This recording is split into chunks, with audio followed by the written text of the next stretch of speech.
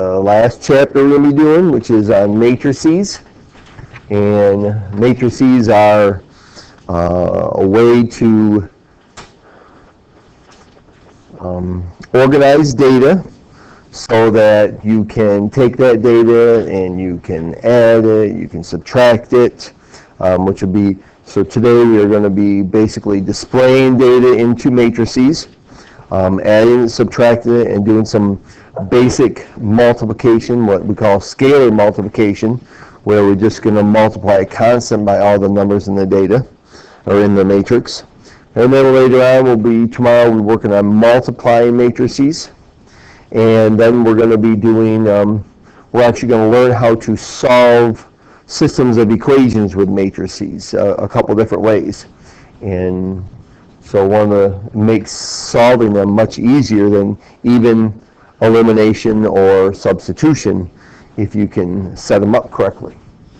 Right, so this is our last chapter that we're doing then. So once we're done with this, next Thursday will be the test for matrices, and then we'll be reviewing for the final. So basically what a matrix is then is we take set of data that we have in a table, and we can put it into what we call a matrix, and that has rows and columns, and around the rows and columns we have brackets. Right? So here they show the matrix of what happened in the 2004 National High School Rodeo Finals. Right? Barrel racing. Anybody ever done barrel racing? Right? That's fun, isn't it? Right? So I actually did it a couple times when I was little in some competition. Yep. So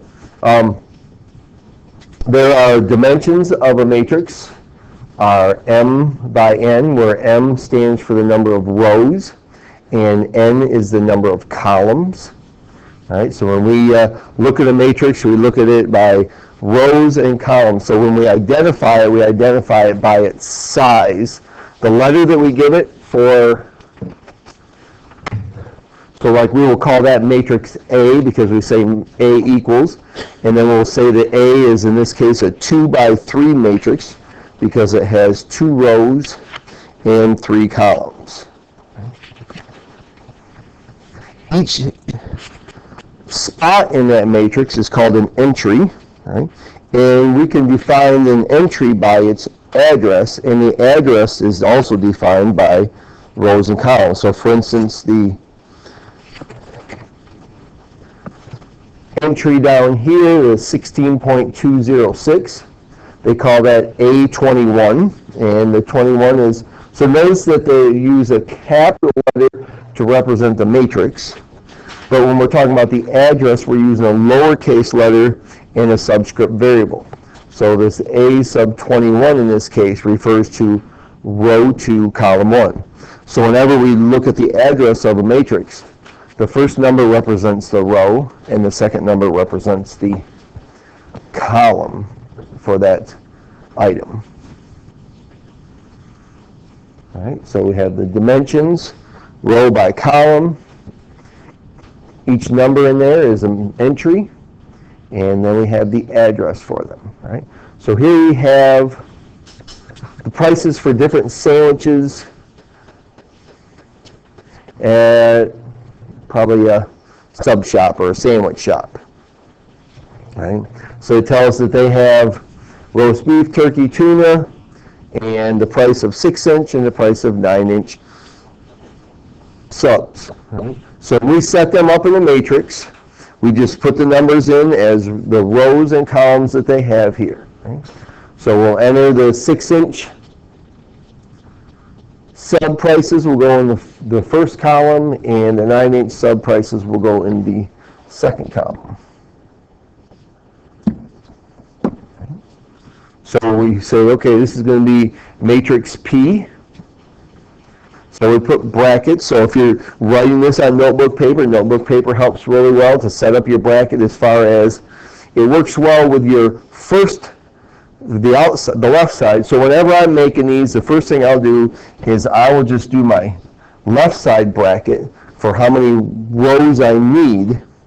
Then I'll put my numbers in and then do my right side bracket. I won't do both brackets because my writing is, I don't know how many rows and columns I'm going to need all the time. Or I know how many rows and columns, but how wide it's going to be. So better to put the first one, put your numbers in, and then do the second one. All right, so it should look like this. Okay. So we have 395, 375, 350 is the first column, and then the second column will be the 9-inch sub numbers. So as we're going through this, it's important to remember what the rows and columns stand for. Right? So even though we have a matrix where we don't have, it doesn't say roast beef, turkey, and tuna, right? We can still refer back to them. And so we need to keep an eye on that so that we know exactly what an entry represents. Right? So what are the dimensions of this matrix then? Emma?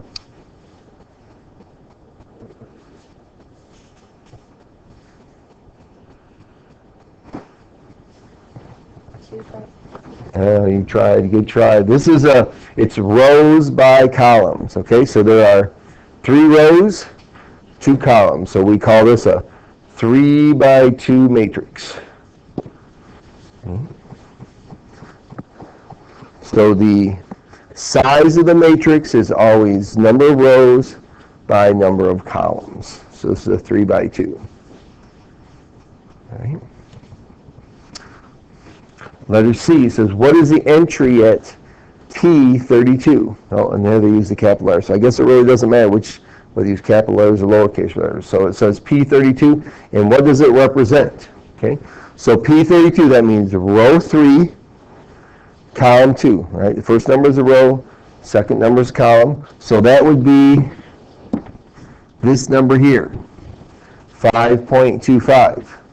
And the question is, what does it represent? Well, that would be, here's my row is tuna, my column is 9-inch, so that would tell us that a 9-inch tuna sandwich costs $5.25.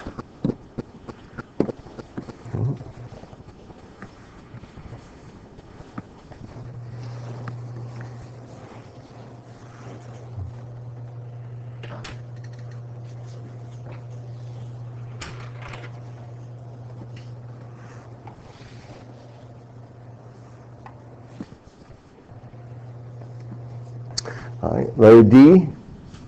What is the address of the entry 5.95? Okay. So we find 5.95, all right, which is here. All right, and remember when we do the address, it's just like when we do the size, we go row first and then column. So this is in the first row, second column. So that means we're going to call it P12 with the lowercase 12. Right? Row 1, column 2. So the entry is P sub 12, or P sub 1, 2 if you want. Right? Okay, so those are the basics for matrices. All right, set it up according to data, number of rows and number of columns. Right? Our dimensions are rows by columns. When we find an entry, a specific entry, we're looking at row first and then column.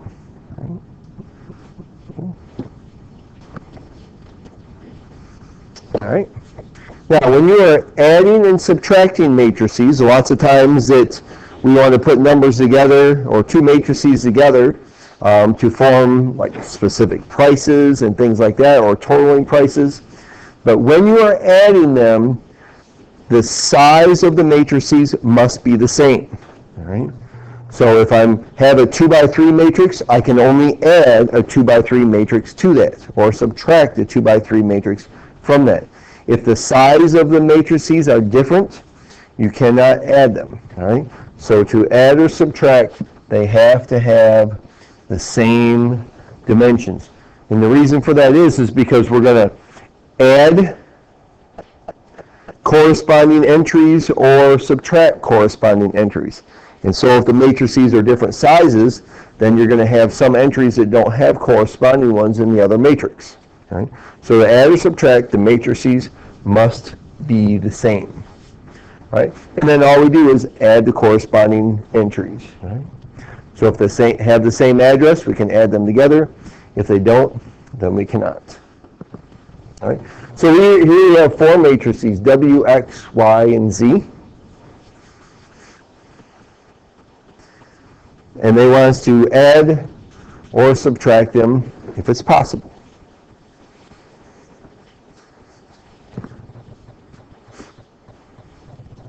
All right, so first, W plus Y. All right, so I look at so the first thing I'm going to do up here is I'm going to go ahead and we'll write down the dimensions of the matrix, of each matrix, so we can tell whether they can be added or not. Okay, so W is a 2 by 2. X is a 2 by 3. Y is a 2 by 2. And Z is a 2 by 3. Right? So they have to have the same dimensions to be able to add them or subtract them. So if you are good at adding and subtracting, then this is really easy for you then, because all you're doing is adding and subtracting corresponding entries. Right? So W plus Y. W is a 2 by 2, Y is a 2 by 2, we can add them together. Right? So I set them up for adding. So all the corresponding entries I'm going to add. Now you don't have to do this middle step that I'm going to show you here. Right? So this means that I'm going to add 3 and 1 together. All right? And we will add 1 and -2 together. All right, so row 1, column 1 plus row 1, column 1.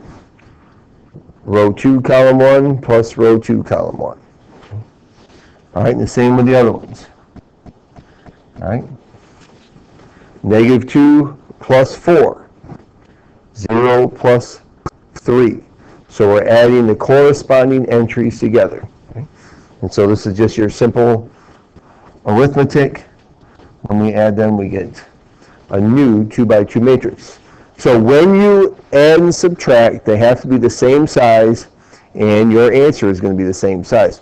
Tomorrow, when we multiply, there are different rules that apply for multiplying matrices. So it's important that you identify for yourself the difference between adding and subtracting and multiplying, because when you're adding and subtracting, they have to be the same.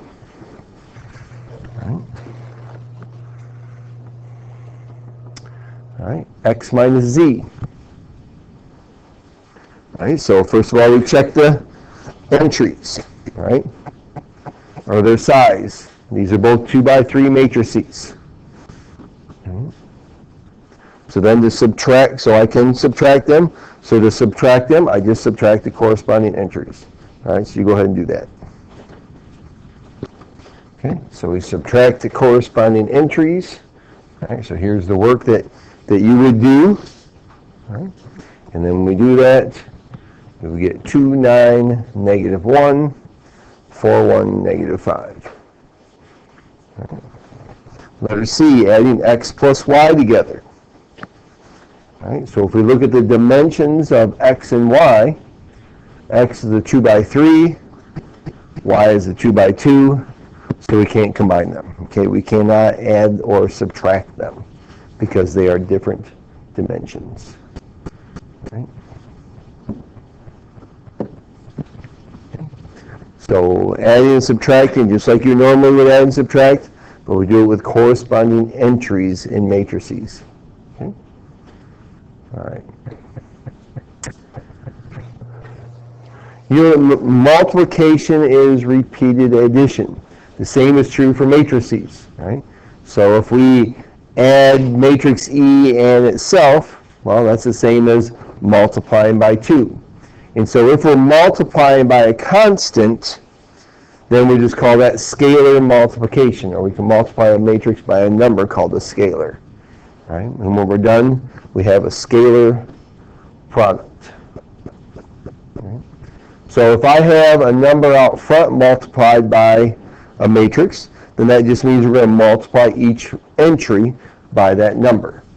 So if we have a multiplying by a scalar, in this case 2 times these numbers, right? Then we just multiply each one by 2.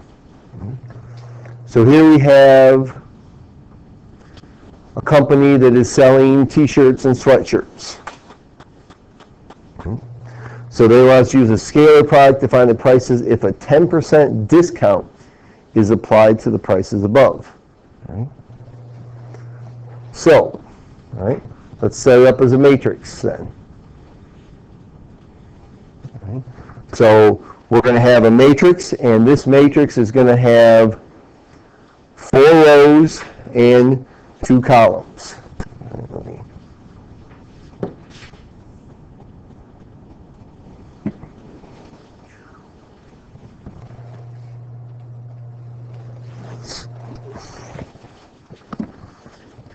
So you can call this matrix whatever you want. I'm going to use P for prices. So we've got 4 rows, 7.5, 8, 9, and 10, and 2 columns. So our second column will be 15, 1750, 20, and 2250. So they want us to find a 10% discount. Right? So if I take 10% away, how much do I have still?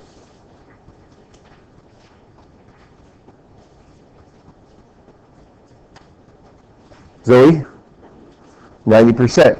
So what we're going to do is we're going to multiply P by 0.9.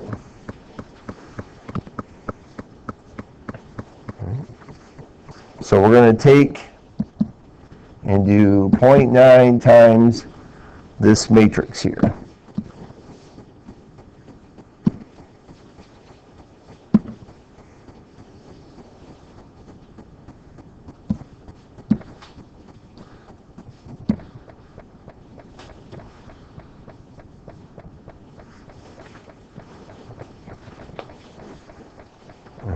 So scalar, find the scalar product, we just multiply constant by each number. So this you might need your calculator for this. You may not. Right? But we're just going to multiply each row by each column. So, or each row or each entry by 0.9. Right? So the thing is, we're taking 10% away, right? Okay. So 0.9 times 7.5 would be like 7.5 minus 75 cents. Okay. All right. So 675. All right. Here we're going to have, what's 9 times 8? 72. So that'd be $7.20. All right. 9 times 9 is 81. So $8.10. All right. And so on. So just multiply each entry by 0.9.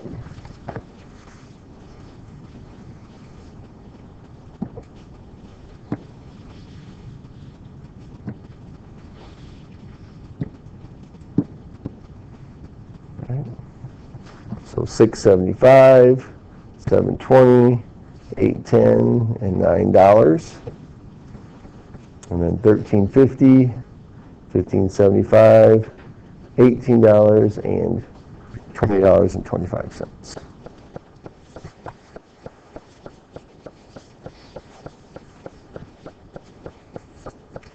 Now, what would I multiply by if it said I wanted a 10% increase in the prices?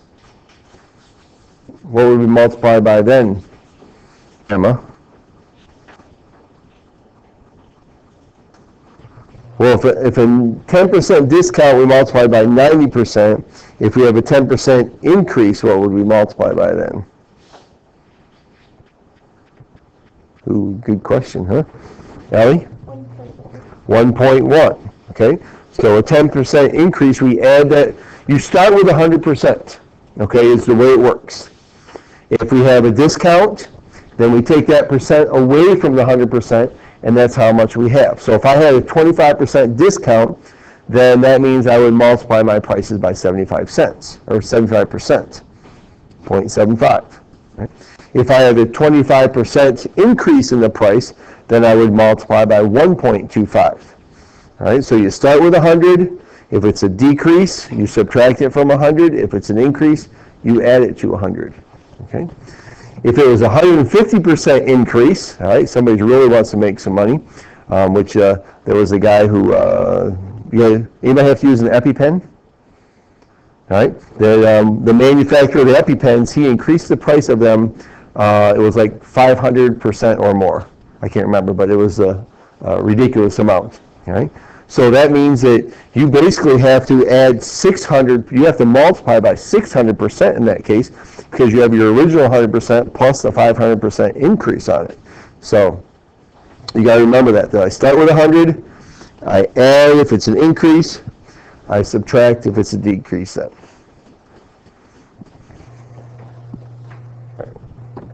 Okay.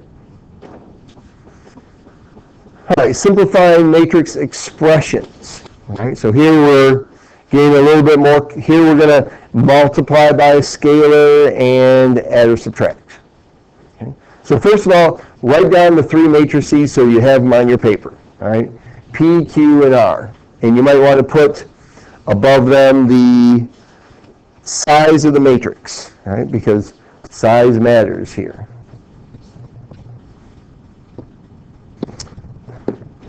Okay, so letter A. Evaluate if possible 3P minus Q. All right, so we look at P and Q first of all. Can I put P and Q together? Can I subtract them? All right. Since P is a 3 by 2 and Q is a 2 by 3, this is not possible.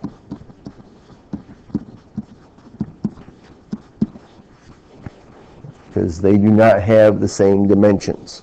So you need to check it. Do they have the same dimensions? Can I put them together? Before you start working on it, all right? Because otherwise you're going to either be like Michael and do a lot of erasing or a lot of crossing out, one or the other. And we don't want to do that. So think ahead, all right? Can I combine them or not first, and then do the math, all right? Letter B. 3R minus P. All right, so we've got P and R are both 3 by 2s. 3 by 2s, so I can put them together. All right. So we're going to, first we want to multiply R by 3 and then subtract P. So I'm going to do my multiplication by 3 first of all. So this is going to be 3R. So I'm going to multiply each entry in R by 3.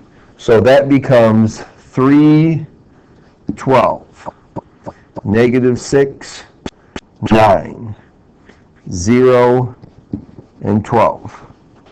And then I'm going to subtract P, which, since it's just one P, then P stays the same. I'm not going to do anything with it.